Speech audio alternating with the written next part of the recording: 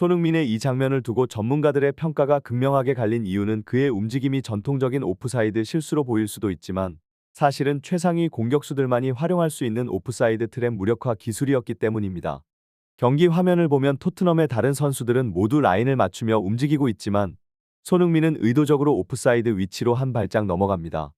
이는 일반적인 공격수라면 하지 않을 법한 선택이지만 손흥민은 이를 통해 맨유 수비진의 시선을 교란하고 빠른 재진입을 통해 수비 라인을 붕괴시키려 했던 것입니다. 이런 움직임은 단순한 오프사이드 실수가 아니라 수비를 무너뜨리기 위한 고차원 전술입니다. 실제로 카림 벤제마, 토마스 밀러 같은 세계적인 공격수들도 자주 활용하는 기술로 상대 수비가 일직선으로 정렬된 상황에서 순간적인 재진입으로 오프사이드 트랩을 깨버리는 방식입니다. 경기 전까지만 해도 제이미 레드냅을 포함한 몇몇 전문가들은 손흥민을 과소평가하는 발언을 쏟아냈습니다. 특히 레드냅은 손흥민이 주전 공격수로 적합하지 않다는 식의 의견을 밝혔는데요. 하지만 경기가 끝난 후 그의 분석력이 부족하다는 팬들의 비판이 쇄도했습니다. 팬들은 레드냅은 그냥 잘생긴 해설자일 뿐 해리 레드냅이 토트넘에서 경질된 걸 아직도 못 잊은 듯 같은 반응을 보이며 그의 분석력에 의문을 제기했습니다. 반면 마이클 오원과 앨런 시어러 같은 전설적인 공격수들은 손흥민의 움직임을 공격 전술의 정수라고 평가하며 그의 플레이를 적극 옹호했죠. 손흥민은 단순히 빠른 선수에서 그치는 것이 아니라 지능적인 침투 능력을 갖춘 공격수입니다. 이번 장면에서도 오프사이드 위치로 나가 수비를 교란한 뒤 순식간에 라인 안으로 복귀하며 메디슨의 패스를 받을 준비를 마쳤습니다. 이러한 움직임은 단순한 오프사이드 실수가 아니라 수비 라인의 균형을 깨뜨리고 공간을 창출하기 위한 전략적 선택이었습니다. 결국 전문가들의 평가가 엇갈린 이유는 이 움직임을 단순한 규칙 위반으로 볼 것이냐 아니면 전술적 도구로 볼 것이냐의 차이였던 셈이죠. 일부 팬들은 손흥민이 오프사이드 위치로 들어간 후 공격이 무산된 것을 두고 라인조차 못 보는 것 아니냐, 득점왕 출신도 이제 위협적이지 않다 며 조롱 섞인 반응을 보였습니다. 하지만 축구 전문가들의 시각은 전혀 달랐습니다.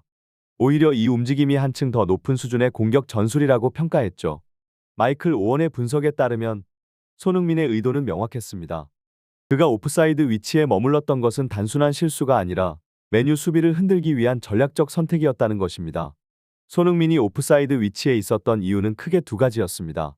수비를 끌어내기 위한 움직임. 만약 맨유 수비진이 손흥민을 따라갔다면 수비 라인 뒤에 공간이 생겨 다른 토트넘 공격수들이 침투할 기회가 열립니다. 만약 수비가 손흥민을 무시했다면 손흥민은 타이밍을 맞춰 온사이드로 복귀하면서 패스를 받을 수 있습니다. 이처럼 오프사이드 트랩을 무력화하는 움직임은 경험 많은 공격수들이 수비를 딜레마에 빠뜨리기 위해 자주 사용하는 전술적 플레이입니다. 벤제마, 밀러 같은 선수들이 즐겨 활용하는 방식이기도 하죠. 손흥민의 움직임이 효과적이었던 또 다른 이유는 수비 시선 분산 효과 때문이었습니다. 맨유 수비진은 손흥민이 오프사이드 위치에 머물러 있어도 완전히 무시할 수 없었습니다. 그가 온사이드로 복귀해 패스를 받을 경우를 대비해야 했기 때문이죠. 이로 인해 수비 집중력이 분산되었고 결국 클루셉스키를 놓치는 장면이 연출되었습니다. 맥과이어는 원래 클루셉스키를 마크해야 했지만 손흥민과 마티스 텔의 움직임에 신경을 빼앗기면서 순간적으로 클루셉스키를 방치하게 된 것이죠.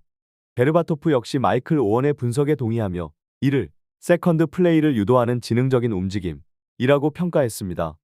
즉, 손흥민이 단순히 득점 기회를 노리는 것이 아니라 팀 전체 공격 전술을 다양하게 만드는 역할을 수행했다는 것입니다. 손흥민의 움직임, 단순한 오프사이드가 아닌 다층적인 공격 전술. 베르바토프의 분석에 따르면 손흥민의 침투는 단순히 공을 받기 위한 것이 아니라 공간 창출, 수비 교란, 그리고 세컨드 플레이까지 염두에 둔 다층적인 움직임이었습니다. 손흥민은 직접 공을 소유하지 않더라도 리바운드, 굴절된 공, 뒤로 돌아오는 패스 등 다양한 두 번째 상황 세컨드 플레이에서 다시 공격에 기여할 수 있는 위치를 선점했고 위협적인 마무리 능력을 갖춘 공격수로서 존재 자체만으로도 상대 수비를 압박하는 요소가 되었습니다. 즉, 손흥민은 수비 라인을 무너뜨리고 상대의 집중력을 분산시키는 디코이 니코에미끼 역할을 수행하면서도 이후 전개될 공격 상황까지 염두에 둔 움직임을 보인 것입니다. 베르바토프는 여기서 한 가지 아쉬운 점을 지적했습니다.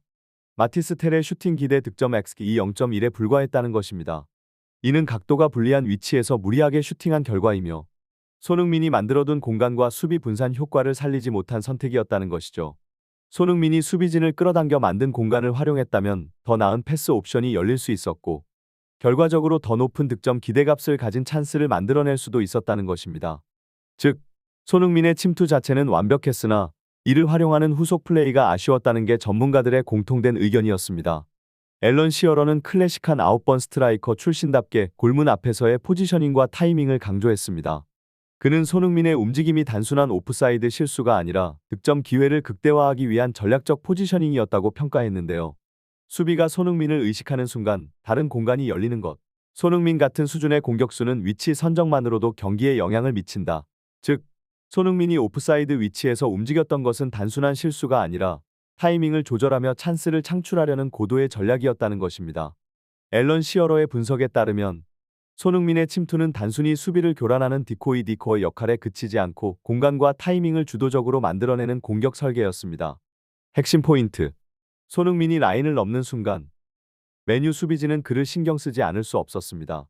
이때 다른 공격수가 박스 안쪽으로 한 발 더 침투하거나 패스를 연결하는 움직임이 있었다면 손흥민은 온사이드로 복귀하며 간단한 패스로 유효 슈팅 기회를 창출할 수 있었습니다.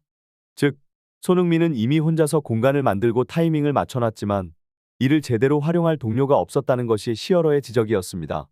손흥민은 이 경기에서 무려 4번의 결정적 기회를 창출했지만 팀 동료들은 이를 전혀 득점으로 연결하지 못했습니다.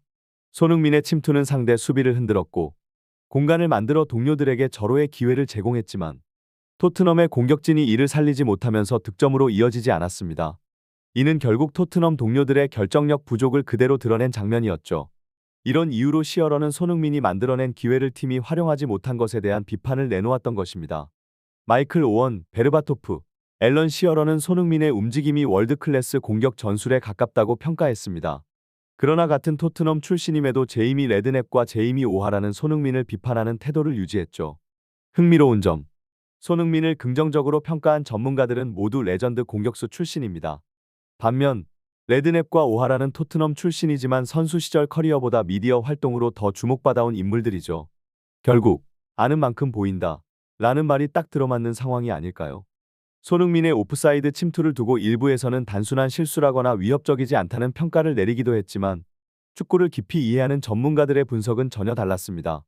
마이클 오원, 베르바토프, 앨런 시어러와 같은 레전드 공격수들은 한결같이 손흥민의 움직임이 고차원적인 전술의 일환이었다고 평가했습니다.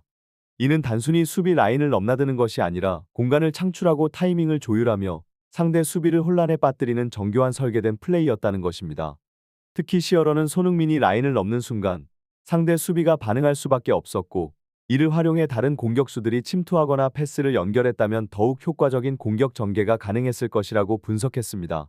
손흥민은 이미 스스로 공간을 만들고 타이밍을 잡아놓았지만 이를 제대로 활용할 동료가 없었던 것이 문제였습니다. 실제로 손흥민은 경기에서 4번의 결정적인 기회를 창출했지만 토트넘 동료들의 결정력 부족으로 득점으로 연결되지 못했습니다. 이로 인해 그의 움직임이 빛을 보지 못한 것이지 그 자체가 문제가 된 것은 아니었습니다. 그럼에도 불구하고 제이미 레드냅과 제이미 오하라 같은 일부 해설자들은 경기 전부터 손흥민에 대한 부정적인 평가를 이어갔습니다. 흥미로운 점은 손흥민을 긍정적으로 평가한 전문가들이 모두 정상급 무대를 경험한 레전드 출신이라는 것입니다. 반면 레드냅과 오하라는 선수 시절의 커리어보다 미디어 활동으로 더 주목받아온 인물들이죠. 결국 이는 아는 만큼 보인다 라는 축구계의 격언을 떠올리게 합니다. 정상급 공격수로 활약했던 선수들은 손흥민의 움직임에서 숨겨진 전술적 의도를 읽어냈지만 그렇지 않은 일부 해설자들은 이를 단순한 오프사이드 실수로 치부한 것입니다. 결국 손흥민의 침투는 단순한 오프사이드 실수가 아니라 상대 수비를 무너뜨리기 위한 정교한 전술적 움직임이었습니다. 상대 수비가 반응하는 순간 다른 공간이 열리며 이를 적절히 활용할 수 있었다면 훨씬 더 높은 득점 기대값을 가진 찬스를 만들 수 있었습니다. 문제는 이러한 손흥민의 움직임을 뒷받침해줄 팀 동료들의 준비가 부족했다는 점입니다. 레전드 공격수들이 손흥민의 플레이를 극찬한 이유는 그의 움직임이 단순한 개인 플레이가 아니라 팀 전체의 공격 전술을 한 단계 끌어올릴 수 있는 수준이었기 때문입니다. 그렇다면 손흥민의 움직임은 고차원적인 전술일까요? 아니면 과대평가된 플레이일까요? 축구는 단순한 득점만이 아니라 공간을 만들고 상대의 균형을 깨며 최적의 타이밍을 창출하는 스포츠입니다. 그런 점에서 손흥민의 플레이는 월드클래스 공격수다운 선택이었으며 오히려 이를 살리지 못한 팀의 결정력 부족이 더 아쉬운 요소였습니다. 앞으로도 손흥민이 이러한 움직임을 통해 어떤 플레이를 보여줄지 기대되며 그의 활약을 더 깊이 있게 분석해 보겠습니다.